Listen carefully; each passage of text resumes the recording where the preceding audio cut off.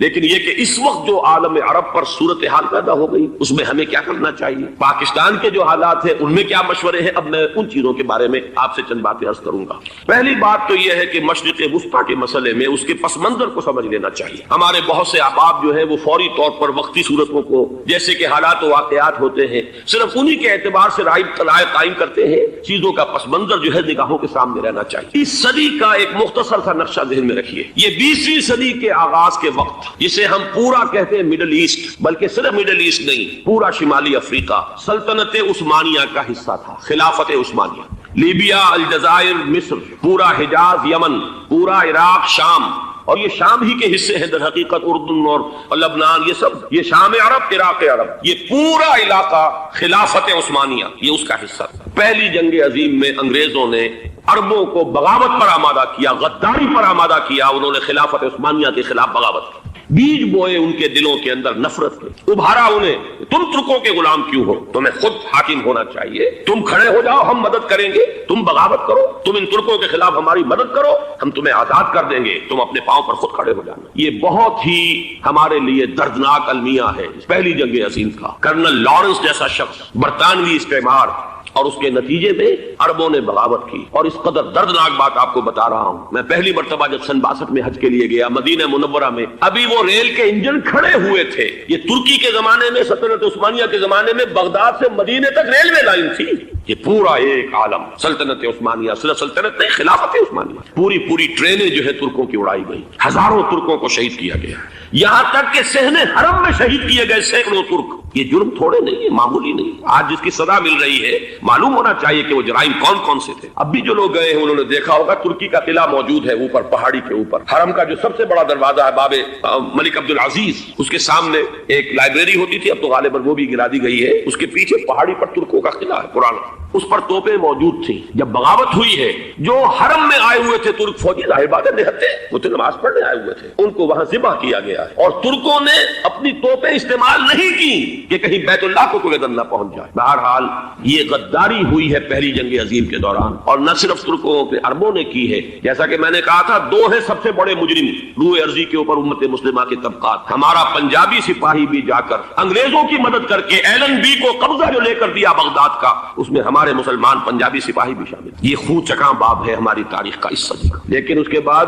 سلطنت عثمانیہ کے ٹکڑے ہو گئے، چیچڑے ہو گئے۔ ایک انگریز نے لکھا ہے یہ جملہ، زہر میں بجھا ہوا جملہ، کہ تاریخ میں یہ بات ثبت ہو جائے گی کہ ایک انگریز نے اس سلطنت کے ٹکڑے کر دیے کہ جو عمر فاروق نے قائم کی تھی رضی اللہ تعالیٰ عنہ۔ یہ پورا عالم، یہ تمام علاقہ کس نے فتح کیا؟ یہ بات ہاتھ بدل گئے تھے، پھر ترک آ گئے، خلافت عثمانیوں کے پاس چلی گئی، لیکن یہ سلطنت تو حضرت عمر رضی اللہ تعالیٰ عنہ کے زمانے سے چلی آ رہی تھی۔ اس کو ایک انگریز کرنل نے، اور اس نے بغاوت میں آمادہ کر کے عربوں کو اور ترکوں کے پیٹھ میں چھرا ڈھپوا کر ان کے ذریعے سے اور ٹکڑے کر دیے۔ لیکن جب جنگ ختم ہوئی اب انہوں نے کہا کہ اب ہمیں آزادی دیجیے، تو اب انہیں معلوم ہوا کہ غداروں کو دنیا میں کیا ملتا ہے، ٹکڑے کر دیے گئے۔ یہ حصہ عراق یہ انگریز کے پاس رہے گا، شام کا یہ علاقہ یہ فرانسیسیوں کے پاس رہے گا، مصر پر انگریزوں کا تسلط رہے گا، لیبیا اطالویوں کے پاس رہے گا، لے دے کر یہ جو علاقہ تھا حجاز، کیونکہ وہاں کچھ تھا ہی نہیں، بوادن غیر ذی زرع، یہ عربوں کے پاس چھوڑ دیا گیا۔ اس وقت جو بادشاہ ہیں شاہ حسین اردن کے، ان کے دادا سب سے بڑے غدار وہی تھے، لہذا ان کو اس علاقے کی بادشاہت دے دی گئی۔ اس کے بعد نجد سے ایک تحریک اٹھی ہے، وہ سعودی جو خاندان ہے وہ نجد سے اٹھا۔ نجد میں اس وقت کچھ بھی نہیں تھا، وہ تو صرف ریت کے تودے تھے اور کچھ بھی نہیں، لہذا ادھر کسی استعماری قوت کو دیکھنے کی ضرورت ہی نہیں تھی۔ وہ تو بعد میں تیل برآمد ہوا اور اس کی حیثیت ہو گئی، اور یہ امارات کا علاقہ جو ہے اس کی دنیا میں اب گویا کہ یوں سمجھیے کہ جو سب سے زیادہ اہم علاقے ہو سکتے ہیں روئے ارضی کے نقشے پر، ان میں سے ایک وہ ہو گیا۔ لیکن یہ اس وقت کی بات میں کر رہا ہوں، کوئی حیثیت نہیں تھی، لہذا اس کو چھوڑ دیا گیا۔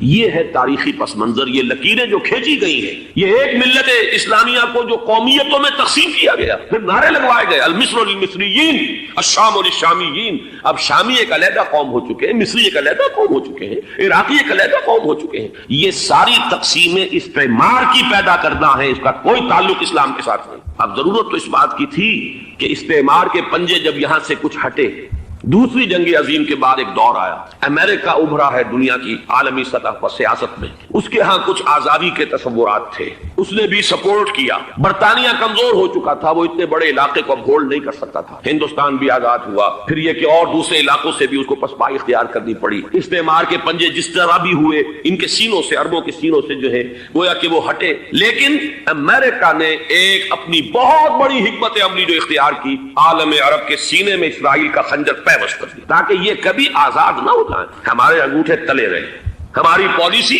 گراؤنڈ کرے۔ یہ استعمار کا دوسری جنگ عظیم کے بعد جہاں برطانوی استعمار، فرانسیسی استعمار رفتہ رفتہ یہ ہٹنے شروع ہوئے، صدر ناصر نے انگریزوں کو اٹھا کر پھینکا میڈیٹرینین میں اور دوسرے جگہوں سے، الجزائر نے آزادی حاصل کی فرانس سے، اطالویوں سے جو ہے لیبیا والوں نے آزادی حاصل کی، یہ ہو گیا، لیکن ایک خنجر پیوست کر دیا گیا اسرائیل کا سینہ عرب۔ اس صورتحال میں ظاہر بات ہے کہ ایک تو بڑی آئیڈیل پوزیشن تھی کہ پورا عالم اسلام متحد ہو، لیکن وہ تو بہت دور کا خواب معلوم ہوتا ہے۔ علامہ اقبال سے بڑا کوئی نقیب نہیں ہے ملت اسلامی کی وحدت کا، ایک ہو مسلم حرم کی پاسبانی کے لیے نیل کے ساحل سے لے کر تا خاک کاشغر، لیکن انہیں بھی اپنے لیکچرز میں کہنا پڑا کہ اس وقت جو صورتحال ہے پورے عالم اسلام کی ایک وحدت بن جانا تو تقریباً ناممکن نظر آ رہا ہے، اگر کسی طرح ایک common wealth of Muslim nations وجود میں آ جائے تو بھی بڑی کامیابی ہوگی، لیکن اس سے بھی پہلے یہ تو زیادہ آسان تھا کہ عالم عرب ایک وحدت کی شکل اختیار کر لے۔ یہ تو ایک قوم ہے، اکثر و بیشتر ایک نسل یا زیادہ دو نسلیں کہتی تھیں، شمالی افریقہ میں بربر نسل بھی ہے، باقی تو سب عرب ہے، یہ پورا عالم ایک نسل، ایک زبان، پورے اتنے رقبے کے اوپر بولے جانے والی ایک زبان، یہ تو ایک ہو جائے۔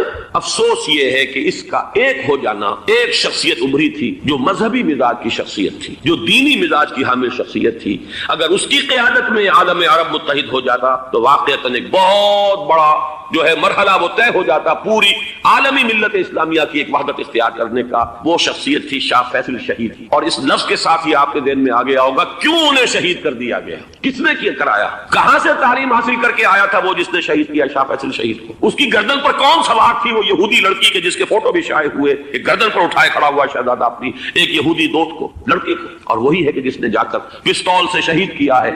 جہاں میں اچھی طرح جان لیجئے، جیسے بارہا میں نے عرض کیا ہے کہ حضرت عمر کو شہید کرنے والا کہنے کو ابو لولو فیروز تھا، لیکن اس کے پیچھے پورا ایرانی نسل پرستی کا جو پورا پس منظر ہے، اسے تو ہر شخص جس کی ذرا بھی نگاہ جو ہے جو صرف منظر کو نہ دیکھ رہی ہو، پس منظر کو بھی دیکھنے والی ہو، وہ تو جان دے گی کہ ابو لولو فیروز ایک فرد کا نام نہیں تھا، وہ ایران کا انتقام تھا عالم عرب سے۔ بالکل اسی طریقے سے یہ امریکی استعمار کا ہتھ کنڈا تھا، اسے محسوس ہوا۔ شاہ فیصل مذہبی مزاج کا شخص، یہ ابھر رہا ہے، اور یہ شاہ فیصل کی حکمت عملی کا ذرا آپ اندازہ کیجئے۔ لاہور میں سمٹ کانفرنس ہوئی، اس میں وہ آئے، سب سے ٹاورنگ پرسنالٹی پورے اس وقت عالم اسلام کے اندر شاہ فیصل کی تھی، اور وہ گویا کہ ایک بہت ہی جس کو کہا جائے کہ ایک بہت ایلڈرلی، ایک بزرگانہ ایک شخصیت جو ہے، اور انہوں نے اپنی دولت کے دروازے، عرب میں وہ مشہور تھے کہ نہایت خسیس اور بخیل انسان ہے، اس لیے کہ وہاں وہ خرچ کرتے تھے حساب کتاب کے ساتھ، لیکن ان کے خزانے کھلے ہوئے تھے عالم اسلام کے لیے، ادھر بھی مدد ہے، ادھر بھی مدد ہے، ادھر بھی کام ہو رہا ہے، ادھر بھی کام ہو رہا ہے۔ پھر انہوں نے تیل کا ہتھیار استعمال کر کے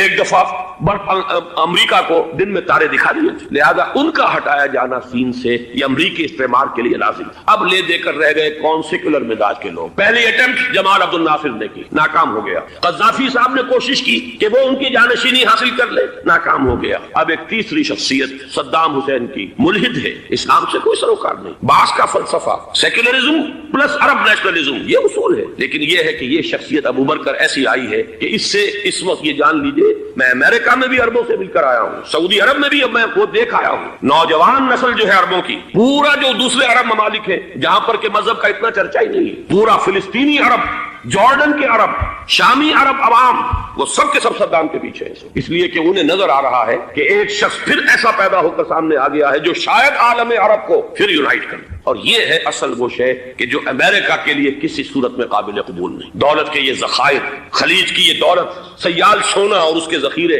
اور یہ کسی طریقے سے یہ امریکہ کے زیر اثر ہے، یہ ہے وہ شے جو اسے برداشت نہیں ہے۔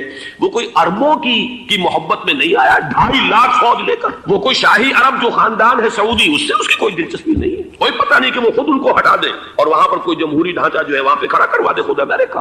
اس لیے کہ سعودی عرب میں دیکھ آیا ہوں، حالات اگرچہ ظاہر بات ہے کہ زیادہ گہرائی میں تو وہاں جانے کا موقع ہی نہیں ہوتا، بہت ہی مستبد حکومت ہے، لیکن صاف نظر آ رہا ہے کہ اس وقت دونوں طبقے نوجوانوں کے جو ہے وہ شاہی خاندان کے شدید خلاف ہو چکے ہیں۔ جو وہاں پر جدید مثقف طبقہ ہے، جدید تعلیم یافتہ، جو باہر پڑھ کر آیا ہے امریکہ میں اور کہیں اور وہ کثیر تعداد میں، وہ صاف سوال کر رہے ہیں کہ یہ بلینز اور بلینز آف ڈالرز کے جو ہمارا خرچہ آتا تھا، ہمارے ہتھیاروں کے آرڈر جاتے تھے، وہ کہاں گئے؟ کل 65,000 فوج، اور عرب کے پاس، سعودی عرب کے پاس اتنے ٹینک بھی نہیں ہیں جتنے کہ یمن جیسے غریب ملک کے پاس، تو ہمارا روپیہ یہ گیا کہاں؟ یہ ایک سوال ہے جو ہر شخص کے ذہن کے سامنے ہے۔ اب ہمیں اپنے معاملات کو خود سنبھالنا ہوگا۔ اسی طریقے سے جو مذہبی طبقہ ہے، اور وہاں ہے بڑی تعداد میں مذہبی طبقہ، نوجوان جن میں بڑا جذبہ ہے، اور ان کا وہ جوش جہاد انہیں جہاد افغانستان تک لے کر آیا۔ سینکڑوں عرب نوجوان یہاں جو ہے شہید ہوئے۔ اپنے ملک میں تو انہیں بولنے کی بھی کوئی امکان نہیں ہے، لیکن یہاں وہ جذبہ جو اندر اندر پروان چڑھ رہا ہے، وہ جذبہ انہیں لایا ہے، اور افغانستان کی سنگلاخ وادیوں کے اندر انہوں نے جام شہادت نوش کیا ہے۔ وہ طبقہ بھی شدید مخالف ہو چکا ہے کہ انہوں نے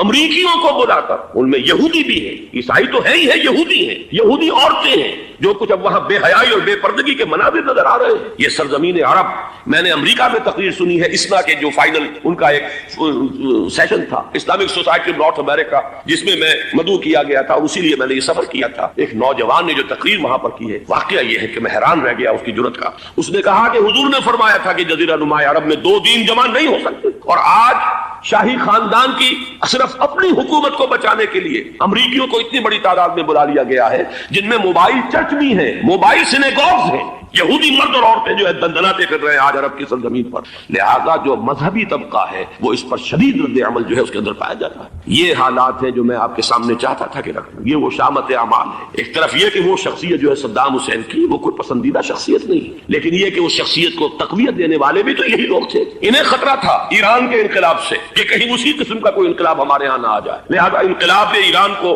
ایکسپورٹ نہ ہونے دے، اس لیے انہوں نے اسی صدام حسین کو بلینز اور بلینز آف ڈالرز کی مدد دی۔ آج وہی ہے، عربی کی تو ایک کہاوت بھی ہے، سمن کلبک یا کو لوگ، اپنے کتے کو کھلا پلا کے موٹا کرو، کسی روز تمہیں کو کاٹے گا۔ آج وہ تو انہیں کاٹ رہا، لیکن یہ کہ اس کا جو علاج تجویز ہوا ہے وہ انتہائی خوفناک ہے۔ 2.5 لاکھ امریکی وہ استعمار کے پنجے جو بمشکل عالم عرب کے سینے سے جو گڑے ہوئے تھے اس استعمار نے، مشکل ہٹے تھے کہ ایک دم اب وہاں پر خبریں آ رہی ہیں، فرانسیسی بھی آ رہے ہیں، برطانوی بھی آ رہے ہیں، کہاں سے فوجیں آ رہی ہیں، اور وہاں پر 2.5 لاکھ تو صرف امریکن آرمی کا، اس میں تقریباً 1.5 لاکھ تو پہنچ چکی، اور جو بھی ہوگا وہاں پر جیسا کہ میں نے عرض کیا ہے اس قدر خوفناک سین ہے۔ میں نے بہت سے حضرات واقف ہوں گے، کئی مرتبہ میں نے حوالہ دیا ہے مولانا سید حامد میاں رحمہ اللہ کا، انہوں نے ایک دفعہ مجھے بتایا تھا کہ احادیث میں جو قرب قیامت کے حالات و واقعات کی پیشن گوئیاں ہیں، ان میں یہ ہے کہ وہ جو آخری جنگ ہونی ہے جو کہ دجال کے خلاف ہوگی مسلمانوں کی، اور جس میں کہ حضرت مسیح علیہ السلام کا نزول ہوگا، جس کے سلسلے میں اس سے پہلے ایک جنگ ہوگی بہت خوفناک، بہت خوفناک، اور عجیب الفاظ ان کے یہ تھے کہ اس میں ایک طرف مسلمان اور عیسائی اور یہودی تینوں ہوں گے۔ یہ بات سمجھ میں نہیں آتی تھی کہ مسلمان اور یہودی ایک جگہ کیسے جمع ہو سکتے ہیں۔ آج وہ نقشہ نظر آ گیا ہے۔ آج اسرائیل، امریکہ، سعودی عرب اب یہ ایک ہے، بلکہ چلتے آئیے مصر، اسرائیل، سعودی عرب اور جو بھی ان کے حواری ہیں وہ سب ایک سب میں کھڑے، اور ان کے اوپر سیادت کس کی ہے؟ امریکہ کی۔ وہ نقشہ آ گیا ہے، اور اس جنگ کے سلسلے میں مولانا حامد میاں رحمہ اللہ نے مجھے بتایا تھا کہ حدیث میں الفاظ آئے ہیں، اتنے لوگ ہلاک ہوں گے، اتنے لوگ ہلاک ہوں گے، اتنے لوگ ہلاک ہوں گے کہ ایک پرندہ سینکڑوں میل تک اڑتا ہوا چلا جائے گا اور اسے سوائے لاشوں کے اور کچھ نظر نہیں۔ یہ نقشہ خاکم بدہن تلا ہوا ہے، کھڑا ہوا ہے۔ جو بھی ہوگا کیمیاوی جنگ، کیمیاوی وارفیئر، کیمیکل وارفیئر، اور پھر ایٹمک وارفیئر، جس کی کھلی دھمکیاں دی جاتی ہیں۔ کبھی کوریا کے بارے میں اندیشہ تھا کہ یہ درندے خدا کی دھرتی کو، کوریا کی غریب بستی کو ناگاساکی بنا کے چھوڑیں گے، ہیروشیما بنا کے چھوڑیں گے۔ آج وہ صورتحال جو ہے عالم عرب پر، heart of the Arab land, اس پر یہ صورتحال بالکل تلی کھڑی ہے۔ اس میں ہمیں کیا کرنا چاہیے؟ میں نے یہ چاہا کہ پورا پس منظر آپ کے سامنے، صرف وقتی سا کوئی ایک نعرہ، وقتی سی کوئی ایک خبر، اس کے حوالے سے ایک جذبات کا معاملہ، پورا ایک پس منظر سامنے رکھیے۔ اب وہ آپ کو شاید میری باتیں جو ہے وہ سمجھ میں آ جائیں۔ نمبر 1، ہمیں کسی صورت اس جنگ میں امریکہ کے گھڑے کی مچھلی نہیں بننا چاہیے۔ امریکہ اسلام کے تحفظ کے لیے نہیں آیا، امریکہ حرمین کی حفاظت کے لیے نہیں آیا، امریکہ اپنے مفادات، عالمی مفادات کے تحفظ کے لیے آیا، اور زیادہ سے زیادہ آپ کہہ سکتے ہیں کہ وہ سعودی شاہی خاندان کی حفاظت کے لیے آیا۔ اور بڑا عمدہ مضمون چھپا تھا پچھلے، بلکہ ابھی تک تو وہ تازہ ہی ہے جب تک نیا نہیں آتا، ندا میں، جس کا عنوان تھا اربوں کا چھرا اور اربوں کا گلا۔ سارے پیسے بھی انہیں سے لے رہے ہیں. $12 بلین کا ایک چیک لے کر گیا جیمز بیکر. اندازہ تو کیجیے دنیا کہاں سے کہاں پہنچ گئی. محو حیرت ہو کہ دنیا کیا سے کیا ہو جائے گی. 2 ماہ قبل اس کا تصور نہیں ہو سکتا. اتنی بڑی قوت امریکہ کی تباہ کن قوت اور جمع ہو جائے گی عرب کے اندر. لیکن یہ کہ وہ کاسٹ بھی اربوں ہی کی ہوگی. انہی کا چھرا انہی کا للا. ہمیں کرنا یہ چاہیے اللہ تعالی ہماری حکومت کو, ہمارے سیاستدانوں کو, ہمارے ذمہ دار لوگوں کو ہدایت دے. وہ امریکہ کے گھڑے کی مچھلی نہ بنے. اس کے تحفظ کے لیے یا شاہی خاندان کی حفاظت کے لیے بہت کچھ انہوں نے عیش کر لیے, کافی عیش کر لیے. باقی یہ کہ اب جو کچھ ہونا ہے وہ ہونا ہے.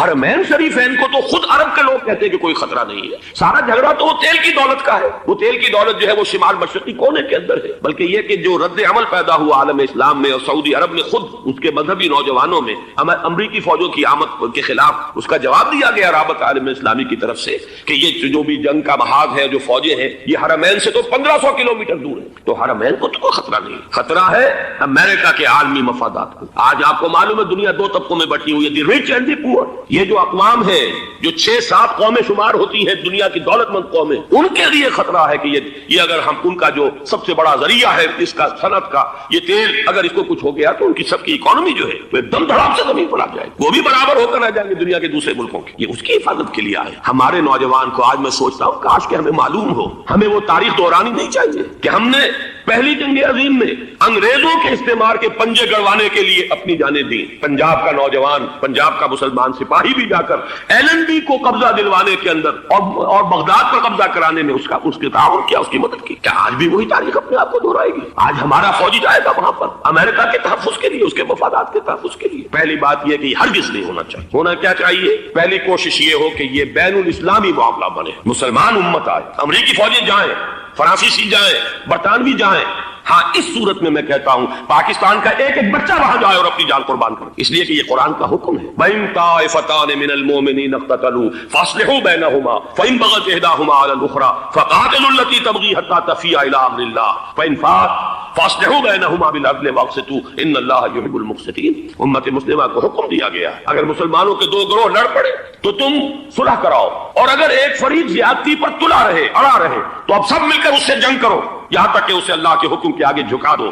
پھر اگر وہ اللہ کا حکم مان لے, صلح پر آ جائے, تو پھر عدل و قسط کے ساتھ ان کے درمیان صلح کرا دو. یہ ہمیں حکم ہے, مسلمانوں کا حکم ہے. لیکن یہ کہ یہ امریکی آ رہے ہیں اور امریکی استعمار اور امریکی مفادات, اور اس کے لیے جو ہے پاکستان کا مسلمان سپاہی بھی جائے, میرے نزدیک کی کسی صورت میں صحیح نہیں. مطالبہ بھی ہو رہا ہے. آج ہی غالباً ایک انٹرویو آیا ہے, شاہ حسین کے بھائی جو ہیں حسن بن طلال, انہوں نے بھی یہی کہا ہے کہ اس کو مسلمانوں کو آپس میں اس معاملے کو طے کرنا چاہیے, اس قضیے کو امریکی فوجوں کو یہاں سے فوراً واپس جانا چاہیے. اور یہی بات میں یقیناً تائید کروں گا, تحسین کروں گا. یہی موقف ایران کا ہے. ایران عراق کے خلاف جو UNO کے سینکشنز ہیں کہتا ہے ہم اس کی پابندی کریں گے, لیکن امریکہ کو یہاں سے نکلنا چاہیے. یہ مسلمانوں کا اپنا معاملہ ہے, وہ آپس میں طے کریں. پاکستان کو بھی یہی موقف اختیار کرنا چاہیے پوری قوت کے ساتھ. اس میں کوئی بھی اگر کمزوری ہو رہی ہے تو در حقیقت یہ گویا کہ ہم امریکی استعمار کے ہاتھ میں اس کا آلہ کار بن کر, کھلونا بن کر استعمال ہو رہے ہیں, جو کہ ہمیں کسی صورت میں نہیں کرنا چاہیے.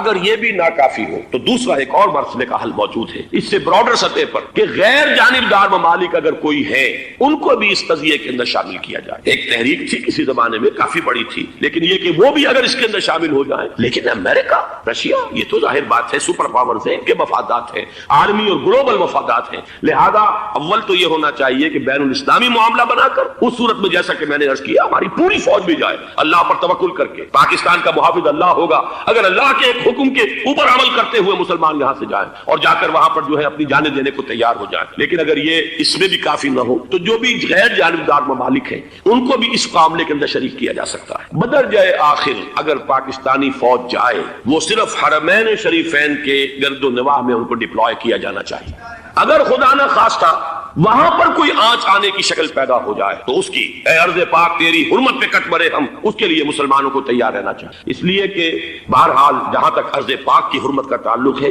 وہ ہمارے ایمان کا جز ہے. باقی برطانوی مفادات, امریکی مفادات, صنعتی ممالک کے مفادات یا کسی شاہی خاندان کے مفادات, یہ شاہی خاندان یہ تو گرتی ہوئی دیواریں ہیں, جانا ہے آج نہیں تو کل. لیکن یہ کہ اصل معاملہ ہے امت کا, اصل معاملہ ہے امت مسلمہ کا, اصل معاملہ ہے حرمین شریفین کا. لہذا ان دونوں چیزوں کو لازم دشمن گڑبڑ نہ کریں. آپ حضرات کے علم میں ہے کہ اس سے پہلے ایران کی طرف سے بار بار مطالبہ ہوا کہ حرمین کو بین الاسلامی کنٹرول میں دے دیا جائے اور سعودی عرب کا اس کے اوپر سے جو انتظامی عمل دخل ختم کر دیا جائے. میں نے کبھی تائید نہیں کی, اس لیے نہیں کی کہ میرا مشاہدہ ہے, میں گیا ہوں بارہا, سعودی عرب کی حکومت نے چاہے خود بھی بڑے بڑے محل بنائے ہیں لیکن حرمین کی خدمت کے اندر بھی کوئی کمی نہیں کی. اس پر انہوں نے اربوں ڈالر اس پر بھی خرچ کیا ہے. اس کے اوپر انہوں نے اس حج کے انتظامات پر پوری حکومت جو ہے وہ اپنے آپ کو لگائے رکھتی ہے. لہذا اس اعتبار سے کوئی کمی کی بات نہیں وہاں پر آئی کہ جس کے لیے ضرورت ہو کہ ان کا عمل دخل وہاں سے ختم کیا جائے. لیکن یہ صورتحال اب جو پیدا ہو گئی ہے یہ بالکل مختلف ہے, اسے اس کے کانٹیکسٹ کے اندر دیکھا جانا چاہیے اور اسی کے حوالے سے میں نے چند رائے آپ کے سامنے رکھی. اب آئیے پاکستان کی طرف جو ہمارا اصل مسئلہ ہے, اس کے تو ہم سب سے بڑے ذمہ دار ہیں. اس کی بھلائی ہے تو, برائی ہے تو,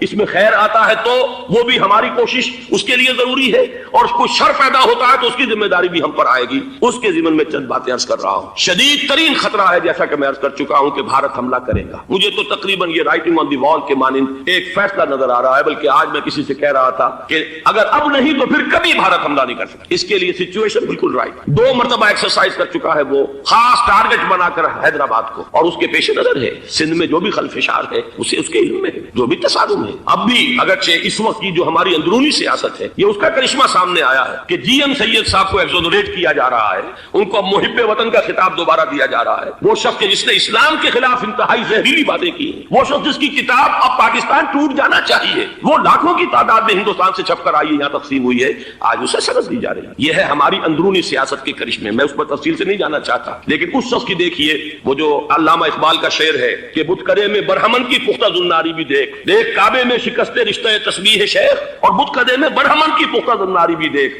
کہ نظر یہ آ رہا ہے کہ اس نے رہا ہوتے پہلا بیان یہ دیا ہے کہ ہماری پہلی ترجیح یہ ہے کہ پاکستان ٹوٹ جائے اور ہندوستان کے ساتھ ہم ایک انڈیپینڈنٹ اسٹیٹ کی حیثیت سے کنفیڈریشن قائم کریں.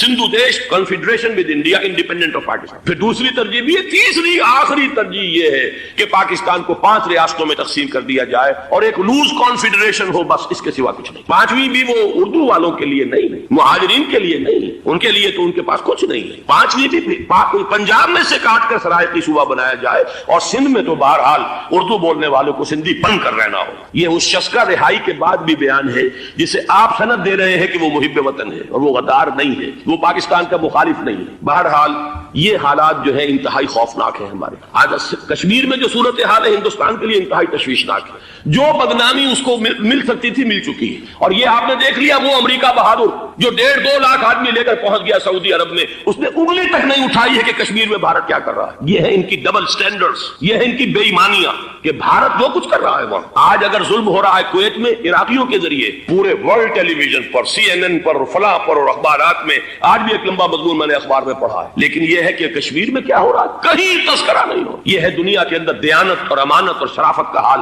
اور بین الاقوامی سیاست جو ہے اس کے ڈبل سٹینڈرڈز. لہذا جو بدنامی بھارت کو آ سکتی تھی وہ آ چکی ہے. ہندوستان سے ایک نوجوان مسلمان صحافی دہلی سے آئے تھے, نئی دنیا ایک پرچہ نکلتا ہے اس کے طرف سے, وہ دورہ کر کے گئے ہیں, مجھ سے بھی لاہور میں ملے تھے, تقریباً 1 مہینہ 1.5 مہینہ ہوا. ان کے الفاظ سن کر میں کانپ گیا. انہوں نے کہا تھا کہ بھارت کی حکومت اس کے اوپر تلی ہوئی ہے کہ چاہے ایک ایک اور آخری کشمیری کو بھی ہلاک کرنا پڑے, وہ کشمیر کے اندر کبھی بھی کوئی معاملہ جو ہے کشمیر کی آزادی یا کشمیر کو پاکستان کے لیے جانے کے لیے تیار نہیں. کیا بگڑے گا اس کا؟ آپ سمجھیے کہ اگر 80-90 کروڑ قوم کی ایک قوم ہے, 1 کروڑ آدمی ختم کر, ان کا دل تو جو ہے اس پہ دکھے گا نہیں. حال ہمارا یہ ہے کہ ہم تو کوئی چیلنج بھی نہیں کر سکے, ہم تو اپنی صفائی دیتے رہے کہ نہیں ہمارا کوئی ہاتھ نہیں ہے, ہم نے کچھ نہیں کیا ہے, ہمارا کوئی اس کے اندر عمل دخل نہیں ہے. بس یہی ہماری ڈپلومیسی کا شاہکار رہا ہے. یہ حال ہے پاکستان کا. لہذا بھارت کا وہ معاملہ جو ہے, میں نے جیسا کہ آپ کے سامنے مختلف فیکٹرز گنوا دیے تھے, اندرونی اس کی سیاست, اندرونی خلفشات, وہ تو اب آ کر رہے گا. اللہ یہ کہ اللہ تعالیٰ کے قبضہ قدرت میں ہر شے ہے, وہ ٹال دے تو ٹال دے. مجھے اقبال کا وہ شعر یاد آ رہا ہے, تقدیر تو مبرم نظر آتی ہے ولیکن پیران کلیسا کی دعا ہے کہ یہ ٹل جائے. ہم دعا کریں کہ یہ ٹل جائے وقت, لیکن یہ ہے کہ تقدیر مبرم نظر آ رہی. اس حالت میں ہمیں کیا کرنا چاہیے؟ نمبر 1 یہ کہ سب سے اہم شے ہے قومی یکجہتی, اور قومی یکجہتی کے اعتبار سے انتہائی خوفناک مرحلہ آ رہا ہے انتخابات. انتخابات میں تو کچھ نہ کچھ فساد, کچھ نہ کچھ دنگا, کچھ نہ کچھ ہنگامہ, ایک دوسرے کے خلاف کیچڑ, ایک دوسرے کے خلاف الزامات, بوچھاڑ. یہ تو بڑھتے ہیں. بھارت میں بھی قتل و غارت گری ہو جاتی ہے کچھ نہ کچھ. لہذا یہاں پر بھی پیر پگاڑا صاحب جو ہمیشہ سے کہتے چلے آ رہے ہیں فیملی پلاننگ, آج پھر ان کا جملہ آ گیا ہے کہ شاید اس انتخابات میں فیملی پلاننگ کے ذریعے سے کوئی بہت بڑا کام ہو جائے. پہلی بات تو یہ ہے کہ میں نے اب تک یہ کہا ہے کہ انتخاب کسی صورت میں پوسٹ پون نہیں ہونے چاہیے. اب بھی میں یہ کہتا ہوں کہ اگر تو انتخابات کا بدل صرف ایک ہے اور وہ مارشل لا ہے, تو پھر مارشل لا سے تو بہتر ہے کہ وہ انتخابات ہوں چاہے اس میں کوئی خلفشار بھی. اس لیے کہ مارشل لا کا مطلب جو ہے وہ تو سندھ کے اندر ایک ناگزیر دھماکہ ہو جائے گا, تباہ کن, خوفناک, اور پھر بھارت کو کچھ کرنے کی ضرورت نہیں ہوگی, کیا کرایا اسے سارا معاملہ سندھ کے اندر سے مل جائے. ماشاء اللہ ہرگز نہیں ہونا چاہیے. وہ بات جو سن 80 میں نے 18 اگست 1980 کو کہی تھی ضیاء الحق مرحوم سے, آج پھر اسی بات کی میں تکرار کر رہا ہوں, اعادہ کر رہا ہوں. ماشاء اللہ پاکستان کے لیے سوسائڈل ہے, لیکن ایک آلٹرنیٹ سامنے آیا ہے. ایک تو پشاور ہائی کورٹ کا ورڈکٹ آ گیا, اور یہ کہ کچھ اور لوگوں کی طرف سے بھی باتیں آئی ہیں. 1-2 دن ہوئے ہیں, جنگ میں 2 اہم سرخیاں تھیں, اور وہ بڑے اونچے حلقہ جو ہمارا فوج کا اونچا حلقہ ہے اس کی طرف سے اگرچہ نام کسی کا نہیں تھا. ایک تو یہ کہ ماشاء اللہ یہاں کسی صورت نہیں لگے گا. دوسرے یہ کہ کوئی قومی حکومت کی تشکیل جو ہے اگر کسی طرح ہو سکتی ہو تو وہ اس وقت کا حل ہے, اور وہ اسی شکل میں ممکن ہے. اگر تو الیکشن آپ پوسٹ پون کرتے ہیں اور اسمبلیاں پرانی بحال نہیں کرتے, تو پھر تو اس کا مطلب یہ کہ ہمارا کانسٹیٹیوشن ایبروگیٹ ہو گیا, اور اس کا آلٹرنیٹ سوائے ایک مارشل لا کے کوئی نہیں ہے.